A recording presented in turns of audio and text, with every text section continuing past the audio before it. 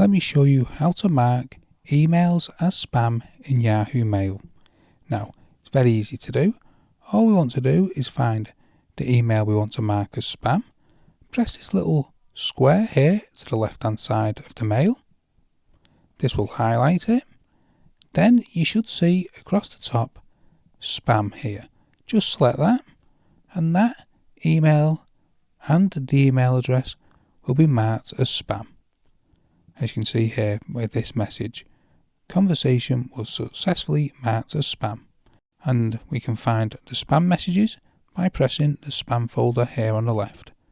At any stage you can select the message if it was done in error, as we just did by selecting that little square box, then selecting not spam, and this will move it back to your inbox.